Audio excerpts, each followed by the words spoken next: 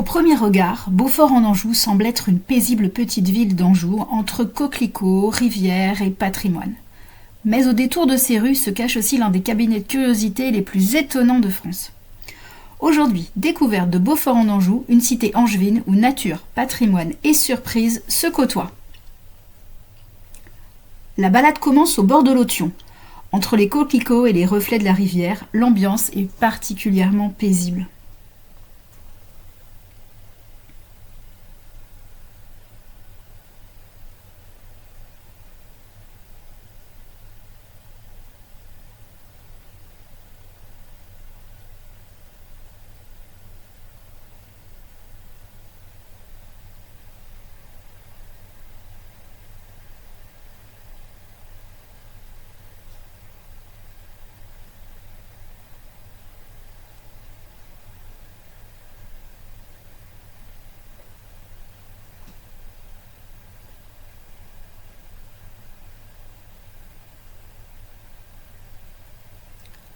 Au cœur de la ville, les halles témoignent de plusieurs siècles d'activité commerciale et constituent l'un des symboles de Beaufort-en-Anjou. Juste à côté se dresse la magnifique église Notre-Dame de l'Assomption, dont l'architecture domine le centre historique.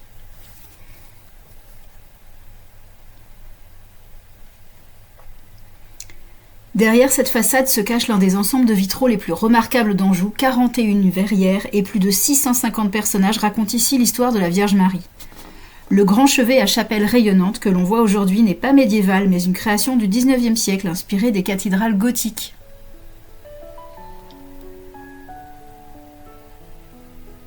J'ai le souvenir d'une messe ici dans les années 2000 avec maman, où quand l'organiste s'était mis à jouer, on avait basculé dans le fantôme de l'opéra. J'oublierai jamais cette messe, c'était juste grandiose.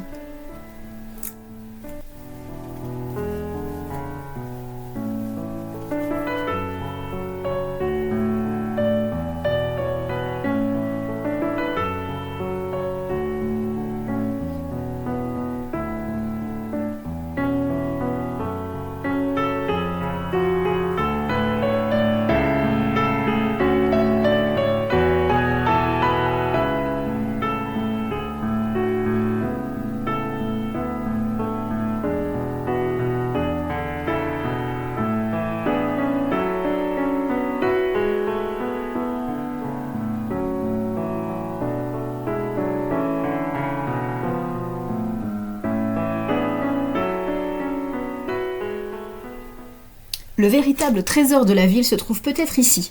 Le musée Joseph Denay abrite un étonnant cabinet de curiosités où se côtoient œuvres d'art, objets rares, collections insolites et découvertes venues du monde entier.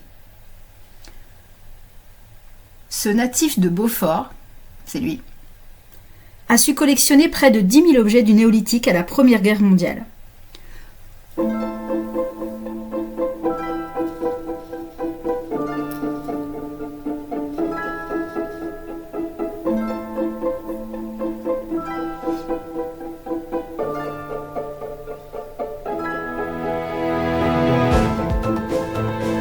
Le musée possède des sujets un peu déroutants. Allez, je résiste pas à vous raconter l'histoire de la momie. Comment dire, ils avaient deux momies, une avec une bonne tête mais un corps pas ouf, et une autre momie avec une tête pas ouf et un bon corps. Une partie de Lego plus tard, je sais pas si c'est bon pour le camard de faire des trucs pareils. Quand on croise le regard de la taupe albinos, on est un peu dérangé aussi, oui.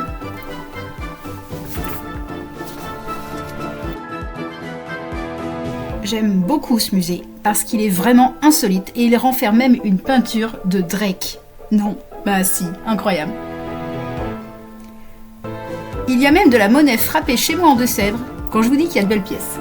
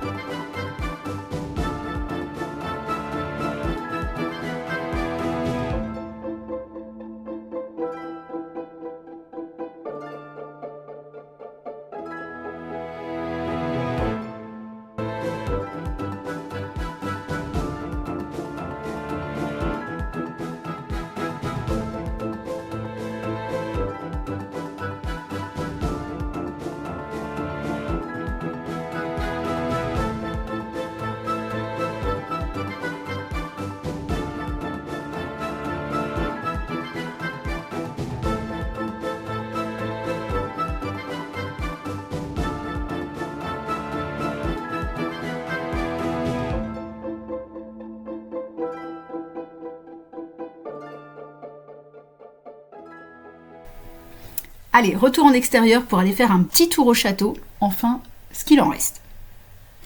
Le premier château fort est construit au XIe siècle par Fulkenera, toujours lui. Les habitants viennent alors se réfugier autour du Bellus Fortis, beau fort en latin médiéval. Difficile à imaginer aujourd'hui, mais ces quelques ruines faisaient autrefois partie d'une immense forteresse dominant toute la vallée. La balade s'achève aujourd'hui au bord de l'eau, un endroit idéal pour profiter du calme.